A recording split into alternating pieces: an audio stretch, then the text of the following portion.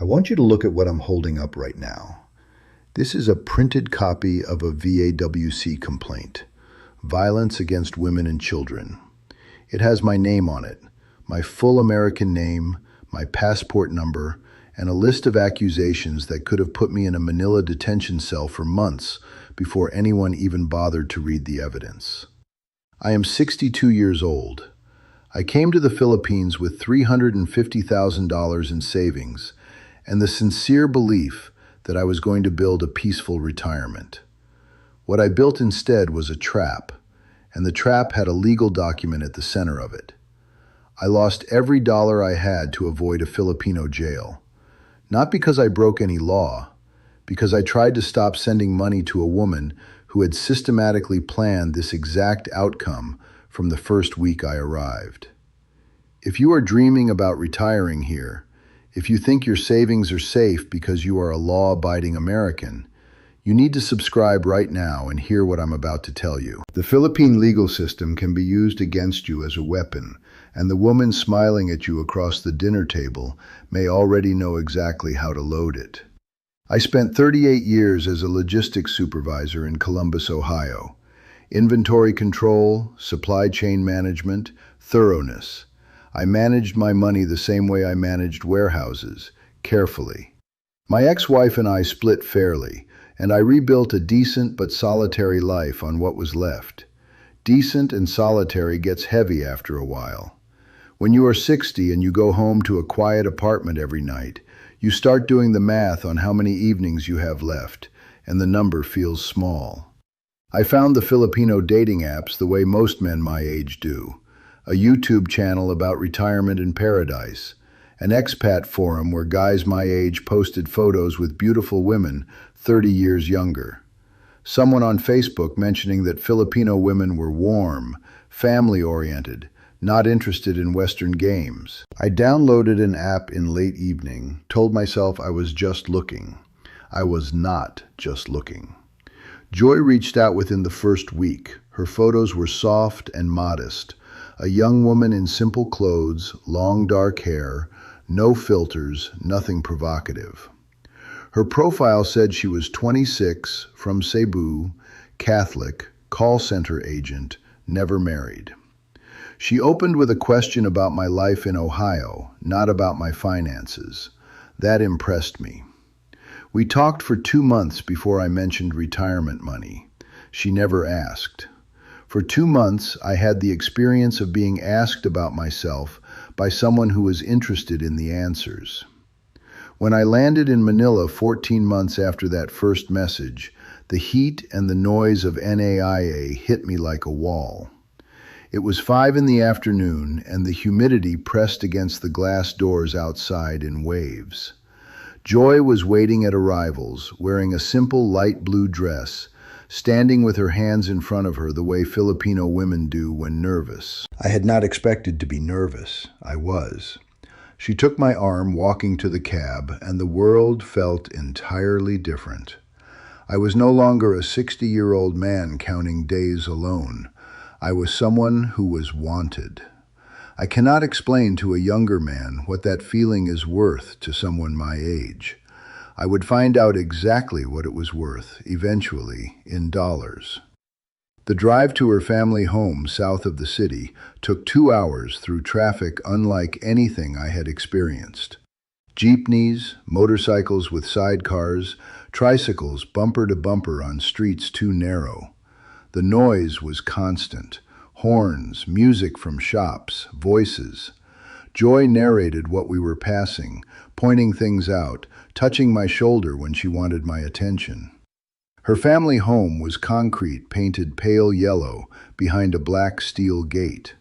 Her mother, father, sister, aunt, cousin, everyone appeared at once, everyone smiling, everyone saying welcome, everyone shaking my hand firmly the way Filipino men do.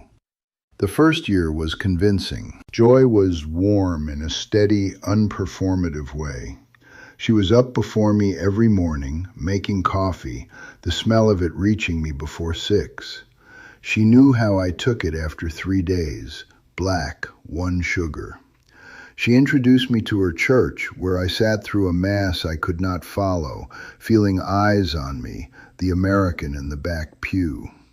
She introduced me to her neighbors, her barcada, her group of childhood friends. Everyone treated me with a deference I had never experienced back home. Older men were respected here. I felt it everywhere I went, in the way people spoke to me, the way they stood when I entered a room, the way they called me sir. It was intoxicating, and I let it soften my judgment in ways I am still accounting for.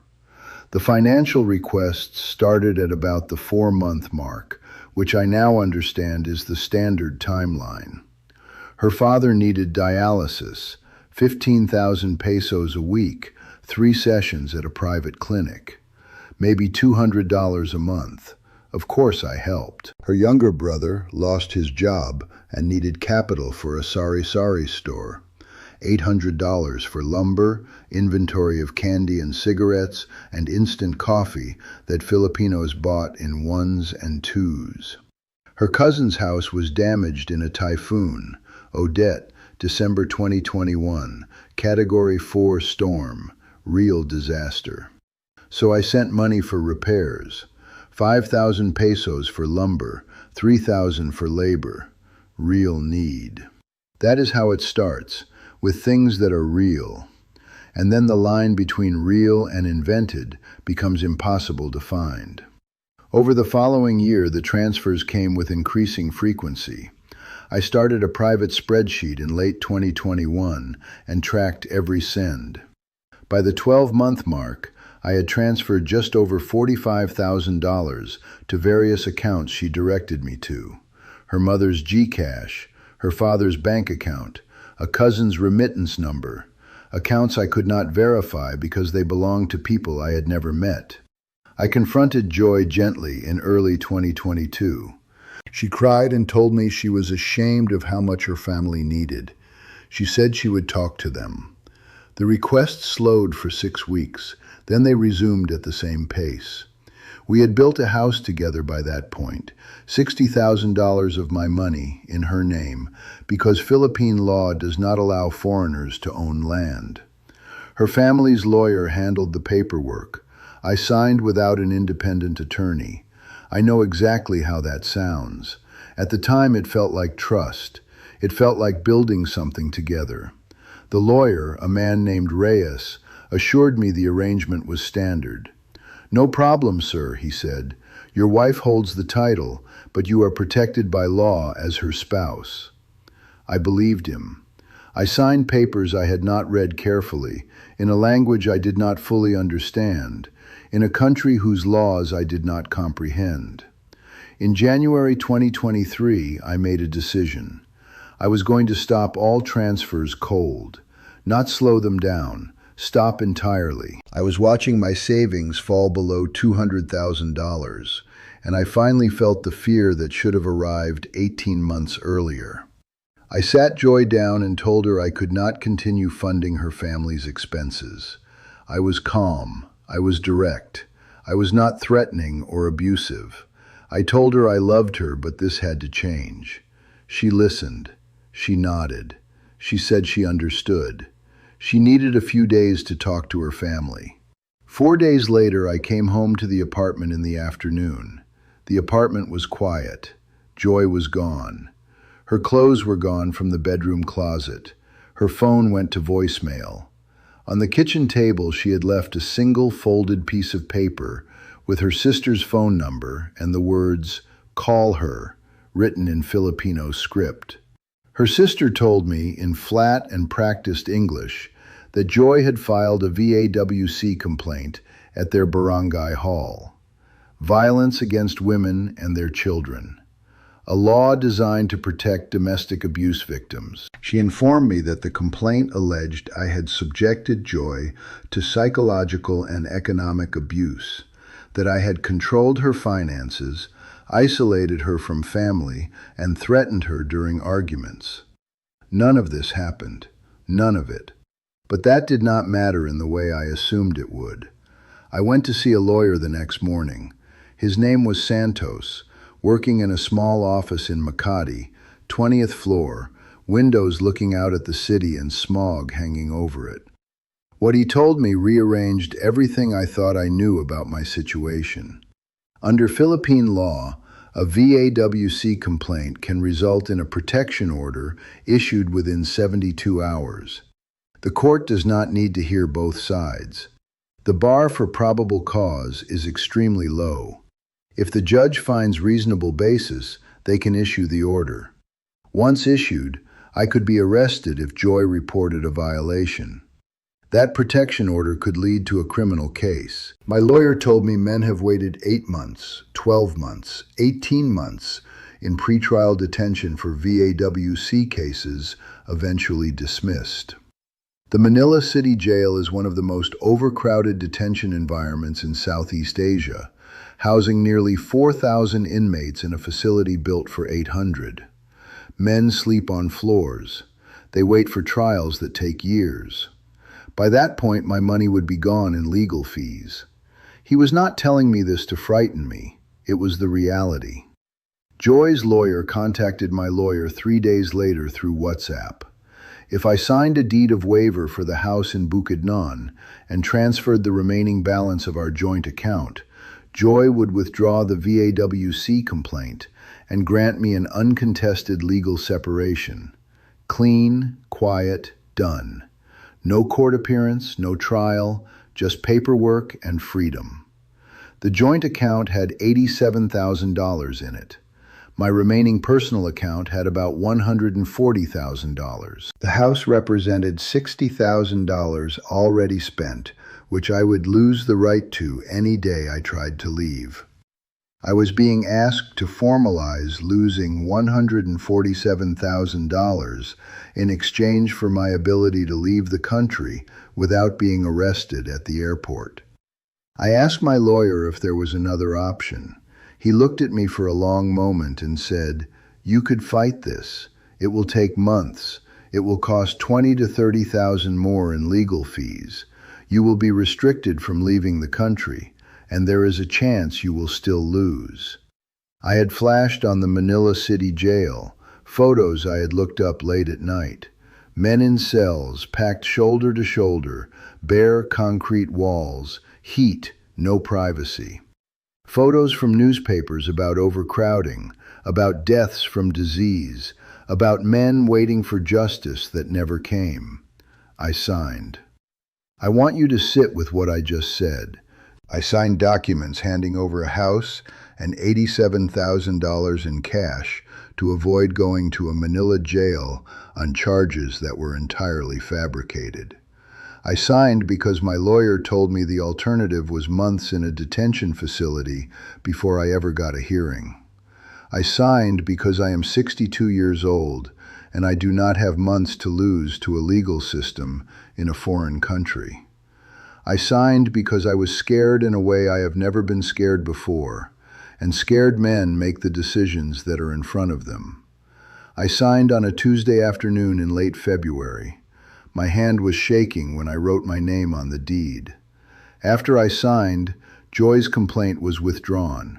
My legal separation was filed. I was free to leave. I did not leave. I had $140,000 left and nowhere reasonable to return to. Going back to Columbus to live alone on Social Security was not more appealing than staying here, where the cost of living was low enough that I could eat and sleep while I figured out what to do. So I stayed, and I continued to watch that money shrink through legal fees. Another $8,000 to finalize the separation, another $6,000 for consultation.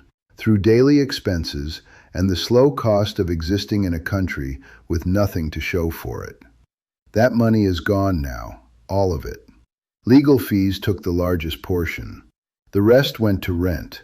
At first a nice apartment in Pasig, then progressively cheaper places as the balance dropped.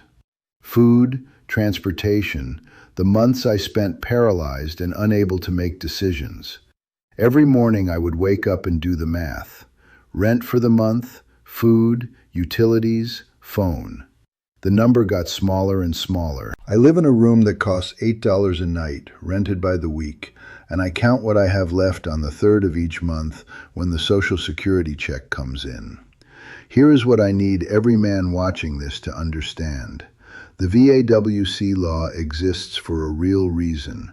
There are real women in the Philippines who need that protection, and I am not here to undermine that law. What I am telling you is that it can be weaponized. It is a precise legal tool, and in the wrong hands it is more effective than physical intimidation, because it works through the one thing a foreign man cannot fight quickly or cheaply, the local legal system. Joy's lawyer knew this. Her family knew this. They held it in reserve like an insurance policy, waiting for the moment I tried to stop the money, the moment I said no. The trap was not sprung when I arrived. The trap was built slowly, methodically, across 2 years of warmth and patience and manufactured need. Constant small requests, each one reasonable by itself, added together into a sum that emptied my savings. The VAWC complaint was the closing mechanism, the spring that snaps when you finally try to get out. By the time you feel it, you have already lost. Check your prenuptial agreement. Get an independent lawyer before you sign a single land document. Never put your savings in a joint account in this country. Do not tell the person you are dating how much money you have. Understand, clearly without romantic exemptions, that a smile and a decade of age difference do not mean what you want them to mean. It means you are a type that has been successfully targeted before. I was not the first man to walk off that plane with $350,000. I was not the last. Do not be next.